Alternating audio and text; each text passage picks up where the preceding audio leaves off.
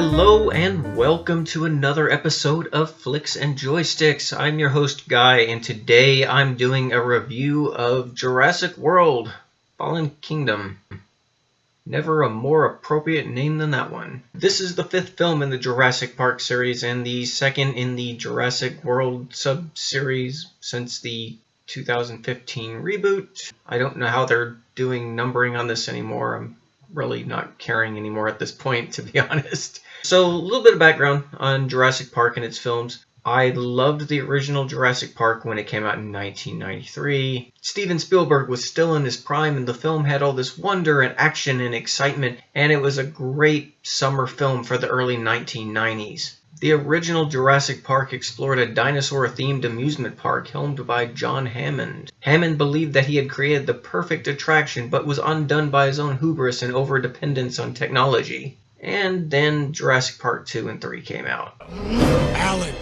Like most older franchises these days, Jurassic World was a soft reboot of the original film. This time, the theme park concept had been realized. However, the demise of the park was all based off of corporate greed. Everyone needed something bigger and better and more unrealistic. A lot of people didn't like Jurassic World, but much like The Force Awakens, I thought it was decent enough for what it was. It was a soft, simple reboot using elements of the original plot, original cast, and I was fine with it. It worked for me. Yet when Jurassic World: Fallen Kingdom came out, the previews came out, and something just wasn't right. I don't know. I wasn't as excited as I felt like I should be, but I was willing to give it a chance all the same. I love dinosaur movies. They're exciting, and the last one was fine. So what could possibly go wrong?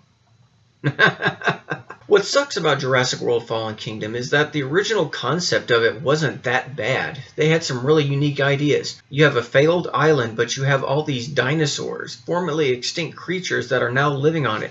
They're at risk of going extinct again.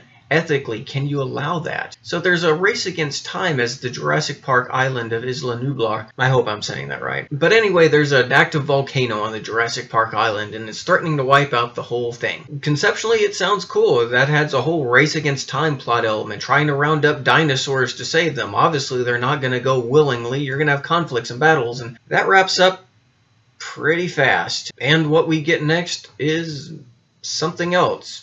No, seriously, the whole movie goes to something completely different. I'll get to that in a second. At this point, spoilers are on the table. I'm not going to dance around how to best describe some of these plot elements. I'm just going to let them go for what they are, because I had trouble wrapping my head around some of this, and by the end of it, I mentally checked out. The film reunites Owen and Claire, who were played by Chris Pratt and Bryce Dallas Howard from the previous film. Claire is now an animal rights activist, a dinosaur animal rights activist. Owen, however, has moved on. He doesn't want anything to do with anything dinosaur, and can you blame him? Claire tugs at Owen's sympathies regarding his old raptor, Blue, so they go back to the island to rescue at least 11 dinosaur species. So we get to the island thinking this is a rescue mission, and everything goes to hell, both inside the movie itself and for the audience. The soldiers that they brought with them are, oh no, evil, and yeah, that's a big surprise.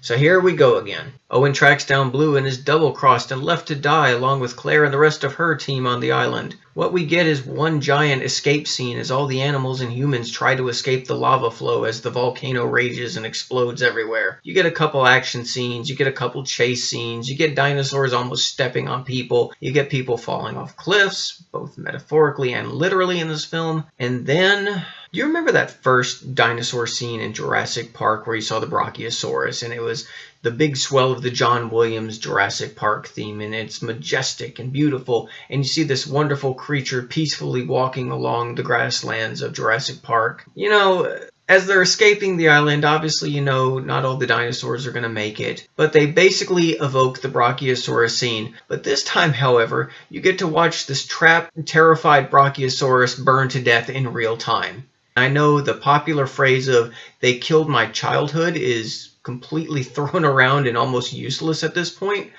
But for me, they literally burned my childhood alive. It was traumatizing. I know it's a CG dinosaur, but I was just like, oh my god, I can't believe they're doing this.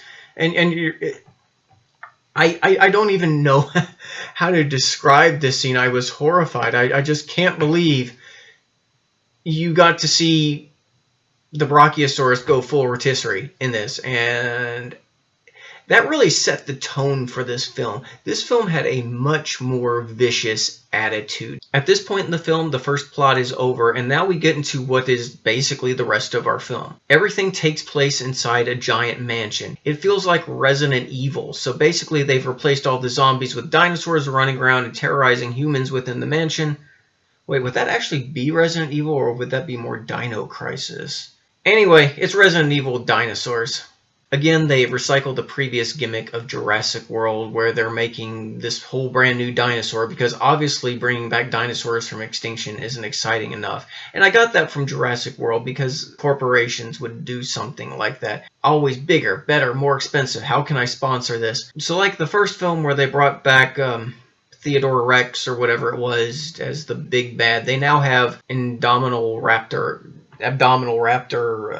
or whatever. You know, you just basically they have this big auction sale where like people with handlebar mustaches, no joke, again, are wanting to buy dinosaurs and use them as weapons.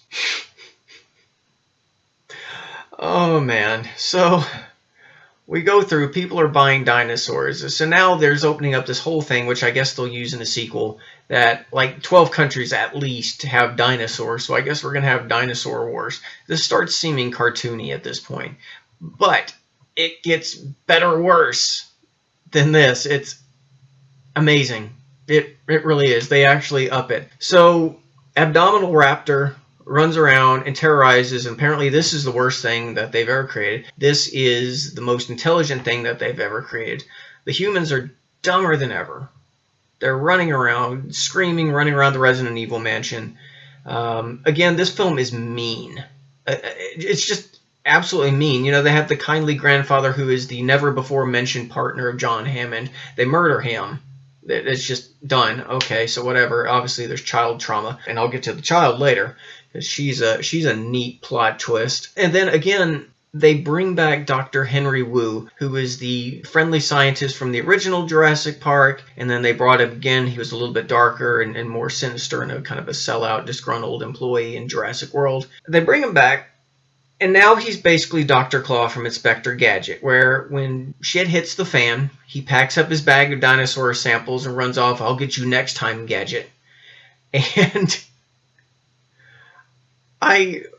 what are you doing, guys? Alright, I'm going to get to the good stuff, because so the little girl, who is supposedly the other guy's, Hammond's partner's granddaughter. It's not really his granddaughter. Surprise! They have this whole exposition scene where she's a clone. So basically, they're cloning dinosaurs, they're cloning humans, which is why Hammond split and never talked about his partner. This sounds like a lot of the ideas that they had kicked around originally when they were talking about making a Jurassic Park 4 way, way back in the day. By God, they realized it. I started checking out at this point because I was pretty much done. It starts taking on the tone of one of those bad Sci-Fi Channel movies. I'm thinking next time they're going to go get the charred remains of Brachiosaurus and everything else from the Jurassic Park island and then make Magmasaurs or some shit like that, because that's basically where this film is heading. They're going to do a part 6. I know they will, and this is what we're going to get. So if you're like me and you paid into the gestalt of financing this film with your money to make a part 6,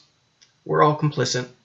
We are all complicit. And it gets better. Just when I think they can't up the ante on really crappy, questionable decisions, the big bad comes, Abdominal Raptor dies. In the mega sublevels of the mansion from Resident Evil, they have cages and areas for all these dinosaurs that they're keeping captive. How Grandpa had never heard any of this under his lair is beyond me. Claire lets all the dinosaurs free. And then they start having this moral dilemma. Should they let the dinosaurs free after letting them free? Because there's a big door that will let them all out into the wild of California. All the while, to ramp up the danger factor, a stray bullet hit these canisters, so it's leaking cyanide gas into the dinosaur holding area. Basically, you have this scene where you have all these terrified creatures scrambling all over each other in this confined space as deadly cyanide gas is threatening to kill them. And I'm just going to leave you, the audience, to connect the dots on this one. But this scene definitely calls back to another Spielberg film. I don't know if it was intentional. It's not necessarily a family-friendly one, and I was a little shocked because that's where my mind immediately went to. Whoever came up with this film hated the Jurassic Park dinosaurs and wanted them all to die in the most gruesome, violent, cruel way possible. So now we leave the film with dinosaurs all over the country, and apparently in 12 other countries as well. Dinosaurs are running batshit in San Diego, California. They're spreading across the country. There is a funny stinger because, you know, why not? Why not a Jurassic Park film have a stinger? I did get a little bit of a chuckle of, only because of my familiarity with that subject. The world has now been overrun by dinosaurs. So this really is like the worst sci-fi horror plotline which the Jurassic Park films have now devolved into. I would not be surprised if somehow Jurassic Park World 6 takes place in outer space, because this seems to be the logical progression of these films now. They've given up the science and the technology and the wonder. They have turned this into a flat-out monster horror film. And even the trailers are misleading. They lead you to believe that a certain character is going to have a higher role in this film.